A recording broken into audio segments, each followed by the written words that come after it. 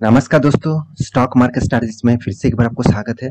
तो आज फिर से मैं एक नया वीडियोस आपके सामने लेके आया हूँ। तो आज का जो टॉपिक है वो बहुत इंपॉर्टेंस है, क्योंकि बहुत सारे दोस्तों के कमेंट्स भी है कि सर इस कंपनी कंटिन्यूअसली गिरते जा रहा है। तो इसका मतलब क्या कंपनी के ऊपर में मेरा जो हिस्सेदारी है क्या मैं बेच दूं, क्या मैं फिर से री इन्वेस्ट करूं यहाँ पे, कि मैं एवरेज करूं। तो इस तरीके से बहुत सारे कमेंट्स मुझे आते रहते हैं। तो देखिए आपको मैं एक चीज जरूर कहूंगा, कंपनी के बारे में इंफॉर्मेशन आपको मैं दूंगा, मगर आपको डिसीजन खुद लेना होगा कि इस कंपनी के ऊपर आपको क्या करना है। तो वीडियो को लास्ट तक दिखेगा, और अभी तक आपने इस चैनल को सब्सक्राइब नहीं किया तो जरूर सब्सक्राइब भी कर लीजिए, क्योंकि आपको daily basis stock market information and update चाहिए तो इस चैनल में बने रहिए। तो चलो देख लेते हैं आज के स्टॉक के बारे में। तो कौन कंपनी का नाम कौन सा है, आप पहले देख चुके हैं, इंद्रप्रस्था गैस। तो इंद्रप्रस्था गैस जो है वो एक्चुअली IGL, तो इस नाम से आप जानते हैं, इंद्रप्रस्था गैस लिमिटेड। तो ये जो कंपनी है वो एक्चुअली देखा जाए तो एक नेचुरल गैस डिस्ट्रीब्यूशन कंपनी है। तो एक नेचुरल गैस डिस्ट्रीब्यूशन कंपनी है, और इंडिया के एक पॉपुलर कंपनी भी आप बोल सकते हैं। देखिए कंपनी जो है कोई छोटा मोटा कंपनी नहीं है।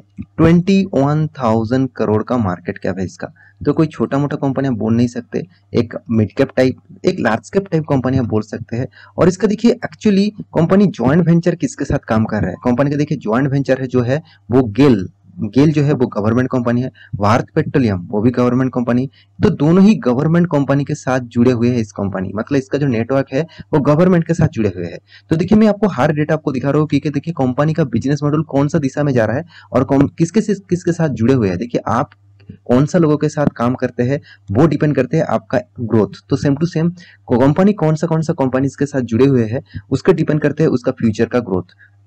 तो इस कंपनी के पिछले दिनों में ही Q4 का रिजल्ट आया। देखिए मैं इस रिजल्ट के ही वेट कर रहा था, इस रिजल्ट से ही मुझे एक्चुअली फिगर पता चलेगा कि एक्चुअली कंपनी में स्टॉक मार्केट में गिरावट हो रहा है, इसके लिए गिर रहा है, कि इस कंपनी में कुछ खराबी है तो इसलिए गिर रहा है, कि कंपनी का फाइनेंशियल रिजल्ट में कुछ खराब आने वाला है, कंपनी का परफॉर्मेंस अच्छा खासा नहीं हुआ कि जिसके कारण गिर रहा है।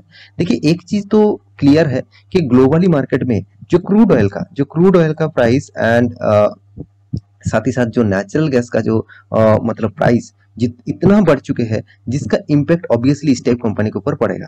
क्योंकि देखिए आप एक बात समझ लीजिए, देखिए नेचुरल गैस ये कंपनी क्या करते हैं, नेचुरल गैस डिस्ट्रीब्यूशन करते हैं। तो इसका काम है नेचुरल गैस बाहर से इंपोर्ट करके, देखिए इंडिया में तो उतना नेचुरल गैस नहीं है, बाहर से इंपोर्ट करना पड़ता है। तो इंपोर्ट करने का जो कॉस्टिंग है वो ज्यादा बढ़ चुके हैं, क्योंकि डॉलर के प्राइस के हिसाब से डॉलर भी बढ़ चुके हैं, इंडियन प्राइस रेंज भी घट चुके हैं, मतलब 77 रुपीज से भी ज्यादा हो चुके हैं पर डॉलर के प्राइस में। तो अभी देखना है कि कितना बढ़ते हैं। तो उसके हिसाब से देखा जाए तो बाहर से इंपोर्ट जितने मतलब नेचुरल गैस और क्रूड ऑयल जो इंपोर्ट किया जाता है, उसमें से ये जो IGL है ये भी बाहर से मतलब नेचुरल गैस को इंपोर्ट करते हैं। तो उसी को डिस्ट्रीब्यूशन करते, मतलब इंपोर्ट ये नहीं करते और दूसरा कंपनी करते। तो वो इस कंपनी का काम है डिस्ट्रीब्यूशन करना। देखिए डिस्ट्रीब्यूशन तभी होगा, मान के चलिए आप घर में कोई भी LPG का गैस आप यूज करते हैं, मतलब कोई भी गैस आप यूज करते हैं, मतलब आपका जो कुकिंग है उसी के लिए, तो उस गैस में क्या होगा, तो आपका प्राइस अभी कितना बढ़ चुका है आप देख सकते हैं, एक सिलेंडर का प्राइस कितना बढ़ चुका है। तो देखिए आप शायद एफोर्ड कर सकते हैं, मगर बहुत सारे घरों में जो है वो एफोर्ड नहीं कर सकते। गवर्नमेंट ने जो एक नया पॉलिसीज लेके आए थे, फ्री में आपको घर घर में गैस देने का, तो नेचुरल गैस मतलब गैस सिलेंडर तो घर घर में दे दिया, मगर अभी वो इतना हाई प्राइस है एक सिलेंडर का, वो खरीदारी अभी एफोर्ड नहीं कर सकते, क्योंकि आप सभी जानते हैं महंगाई कितना बढ़ चुके हैं, इन्फ्लुएंस ही कितना बढ़ चुके हैं। तो उसी बेसिस से देखा जाए तो इस कंपनी के ऊपर इम्पैक्ट पड़ा हुआ है। तो एक्चुअली जो मतलब रीजन है वो रीजन आपको मैं बता चुका हूँ। अब क्योंकि मुझे इस कंपनी का जो फाइनेंशियल रिजल्ट है मुझे जबरदस्त देखने को मिला, तो एक्चुअली इस कंपनी में फाइनेंशियली कोई कमी नहीं है। हाँ कंपनी में कुछ दिक्कत ही है, तो इसलिए कंपनी में स्टॉक में गिरावट हो रहा है। तो चलो फाइनेंशियल रिजल्ट भी देख लेते हैं। तो रिजल्ट दिखाने से पहले मैं जरूर कहूंगा, देखिए PDF थोड़ा सा मतलब ग्रे कलर का है, तो इसलिए में थोड़ा सा दिक्कत हो सकता है, तो इसलिए मैं माफी चाहता हूँ। मेरा कोई क्वेश्चन नहीं है कि एक्चुअली PDF जो अपलोड किया गया है BSC के वेबसाइट में, तो PDF ही कलर ही ऐसा है। तो आपको मैं बोलने का कोशिश करूंगा, आप थोड़ा सा ध्यान में समझ लीजिए, तो आपको सारा चीज पता चल जाएगा। तो देखिए 275% का डिविडेंड यहाँ पे देने वाला है, जो मैं पहले ही आपको थंबनेल में लिखा गया हूँ।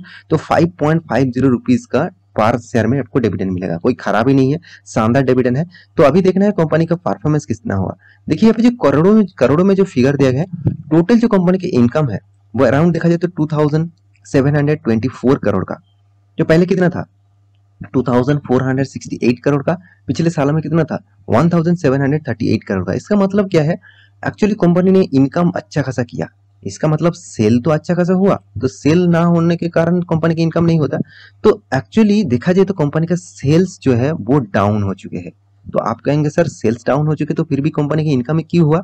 देखिए मैं आपको एक एग्जांपल के हिसाब से बता रहा हूँ। मान के चलिए आप 100 रुपया में एक चीज बेचते थे, जो मतलब आप 100 रुपया में बेचते थे और वो 10 लोग खरीदारी करते थे, सॉरी 10 रुपया में बेचते थे और 10 लोग खरीदारी करते थे, तो आपके पास कितना हुआ 100 रुपीज।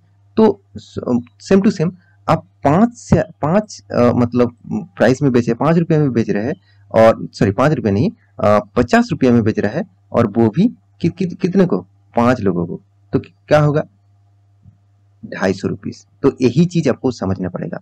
आप प्राइस कम था, कस्टमर ज्यादा था, अभी प्राइस ज्यादा हो गया, कस्टमर कम हो गया, तो इस फिर भी देखिए कंपनी का अर्निंग ही तो बढ़े ना।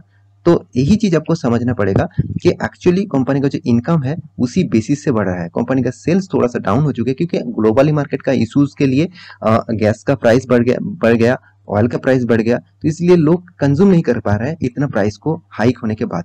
तो आप देख सकते हैं कंपनी के एक्सपेंस के बारे में बात करूं, देखिए एक्सपेंस भी कंपनी के कितना ज्यादा है, इसका मतलब समझ लीजिए अगर इनकम सही दिशा में अगर होते, कंपनी का एक्सपेंस कम होता, क्योंकि कंपनी का जो बाहर से इंपोर्ट करना है, साथ ही साथ रिफाइनरी करना है, और भी कॉस्टिंग चार्ज है, फाइनेंस कॉस्ट है, एम्प्लॉय कॉस्ट है, तो सारे के सारे चीज तो बढ़ रहे हैं ना धीरे धीरे, तो वो तो ग्रोथ हो रहा है ना। आपको एम्प्लॉय तो कॉस्ट तो घटा नहीं सकते ना, फिर भी देखिए कोई इंपोर्ट कॉस्ट, टैक्सेस, इसको तो आप घटा नहीं सकते, तो इसके तो आपको पेमेंट करना ही पड़ेगा। तो इसीलिए कंपनी के देखिए एक्सपेंस भी कितना ज्यादा हो चुके हैं, जो पिछले क्वार्टर में 2055 करोड़ था, पिछले साल में 1298 करोड़ था। इसका मतलब समझ लीजिए कंपनी का जो टोटल मतलब एक्सपेंस है, टोटल एक्सपेंस एक्चुअली देखा जाए तो कंपनी का टोटल एक्सपेंस भी उसी तरीके से ग्रोथ हुआ जिस तरीके से कंपनी का इनकम हुआ।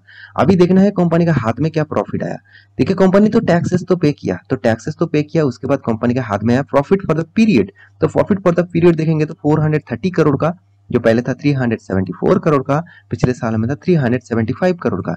इसका मतलब कंपनी ने देखिए प्रॉफिट को जम किया, और पिछले क्वार्टर के भी तुलना से जम हुआ, और पिछले सालों की भी कंपैरिजन करूं तो यहाँ पे जम हुआ। तो मैं यही चीज आपको दिखाना चाहता था। तो कंपनी में परफॉर्मेंस में कोई कमियां नहीं। देखिए कंपनी 100 के माल 200 में भी बेचे, 100 के माल 500 में भी बेचे, कंपनी हमेशा कोशिश करेंगे खुद को प्रॉफिट को ग्रोथ कराना। उस वो कितना माल सेल आउट किया वो इंपॉर्टेंस नहीं है, वो कितना अर्निंग किया वो इंपॉर्टेंस है। हाँ सेल आउट भी देखना चाहिए, क्योंकि सेल्स अगर धीरे धीरे कम होता जाएगा तो प्राइस अगर बढ़ते जाएंगे तो फ्यूचर में कंपनी के ऊपर दिक्कत आ सकते हैं। तो मेरे कहने का मतलब है कंपनी में अभी तक कोई भी खराबी नहीं है। हाँ ग्लोबली मार्केट में इम्पैक्ट है, तो इसलिए इस कंपनी के ऊपर इम्पैक्ट देखने को मिला, तो इसलिए कंटिन्यू कंपनी स्टॉक में गिरावट जारी है। क्योंकि आप देखेंगे तो अराउंड कंपनी का जो हालत है अभी, तो अराउंड आप एक साल में देखेंगे तो 25% तक स्टॉक गिर चुके हैं। 25% गिरावट मतलब कोई छोटी मोटी गिरावट नहीं, इस तरीके से गिरावट एक मतलब बड़ी गिरावट के माना जाता है। तो फिर भी देखिए मैं एक चीज आपको जरूर कहूंगा, इस कंपनी में कोई खराबी नहीं है, कंपनी का परफॉर्मेंस हमेशा के लिए अच्छा खासा देखने को मिलेगा। तो इस कंपनी को आप कंटिन्यू करने के लिए जरूर सोचिए। फिर भी देखिए मैं आपको कोई रिकमेंडेशन नहीं कर रहा हूँ, मैं पहले आपको बता चुका हूँ, मैं किसी भी स्टॉक के रिकमेंडेशन नहीं करता हूँ। मैं आपको स्टडी पर्पस में, एजुकेशन पर्पस में सारे डिटेल्स दिखाता रहता हूँ। आप एक बार स्टडी करना, तभी आपको क्लियर हो जाएगा एक्चुअली कंपनी में क्या हो रहा है। तो इस कंपनी के चार्ट पैटर्न के ऊपर मैं आ चुका हूँ। चार्ट पैटर्न में बहुत बार आपको दिखा चुका हूँ। देखिए यहाँ पे जो जोन में आपको एक मार्किंग किया हुआ हो, इस जोन बहुत स्ट्रॉन्ग जोन है, इस बहुत सपोर्ट जोन है। तो इस सपोर्ट जोन को देखिए सिर्फ एक बार नहीं, यहाँ पे एक बार टच किया, यहाँ पे भी टच करने वाले थे, रिबैक किया, तो यहाँ पे भी टच किया और यहाँ पे भी टच किया। मुझे लगता है इस जोन अगर ब्रेक कर पाते हैं तो एक बहुत बड़ा फॉल आउट देखने को मिलेगा। अगर इस जोन को ब्रेक ना करके फिर से अप मूवमेंट में देखने को जाएगा, मतलब अप मूवमेंट में जाएगा, फिर से एक लॉन्ग मूवमेंट आपको देखने को मिल सकता है। तो आप फ्यूचर में ही बताएंगे, तो मतलब फ्यूचर ही बताएगा इस कंपनी में क्या होने वाला है। देखिए कंपनी पहले भी एक बार स्प्लिट कर चुके हैं, तो इसीलिए कंपनी का प्राइस रेंज आपको इसी लेवल में देखने को मिला।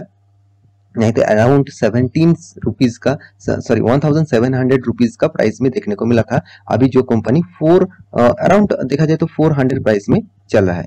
तो क्या इस कंपनी के ऊपर कंटिन्यू करना चाहिए? देखिए मेरे हिसाब से कंपनी में कोई खराबी नहीं है, कंपनी का हर पैरामीटर आपको पॉजिटिव दिखेगा। और एक एक चीज इस कंपनी के ऊपर मुझे सबसे जो अच्छा लगता है, कंपनी का पीई रेशियो शानदार लेवल में है। कंपनी के पास कोई भी डेप्थ नहीं है, जीरो डेप्थ है, जो कंपनी को बहुत एक पॉजिटिविटी बनाते हैं।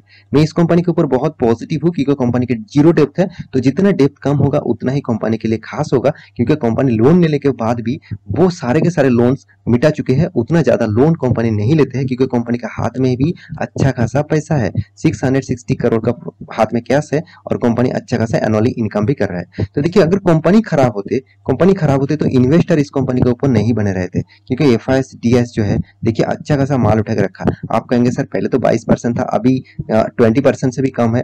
देखिए स्टॉक में मार्केट में अगर प्रेशर है तो बाहर की जो इन्वेस्टर है वो सबसे पहले पैसा निकाल लेते हैं, मतलब स्टॉक मार्केट से निकल जाते हैं। अगर मार्केट फिर से स्टेबल हो जाए, देखिए सबसे ज्यादा इन्वेस्टर आपको एफआईएस में ही देखने को मिलेगा। तो मेरे कहने का मतलब है आप उसी का फायदा उठाइए। जब बाहर के लोग निकल जा रहा है तो अंदर के लोग जगह अगर घुस रहे हैं तो उसके ऊपर फायदा ले जाए। देखिए अगर कंपनी खराब होती तो डीएस पहले 16% था, वो भी तो माल बेचते थे ना, मतलब बेच देते ना। तो यहाँ पे देखिए उसके पास तो हिस्सेदारी सेम टू सेम है। इसका मतलब स्ट्रांगनेस अभी भी है कंपनी के ऊपर। तो इस कंपनी के ऊपर आप कंटिन्यू जरूर कर सकते हैं। और आप रही बात एवरेज की और रही बात नया इन्वेस्ट की, तो आप कभी भी निवेश और इन्वेस्टमेंट कर सकते हैं। आपके खुद के डिसीजन से इन्वेस्टमेंट और एवरेज करिए, एक बार स्टडी करिए, उसके बाद निवेश करने के लिए सोचिए। तो मिलते हैं इसी तरीके से नया स्टॉक लेके। मेरे इस वीडियो को कैसे लगा कुछ मुझे कमेंट जरूर करिएगा, और मिलते हैं नेक्स्ट स्टॉक लेके। तब तक के लिए अच्छे से रहिए, अपने ख्याल रखिए, बाय बाय।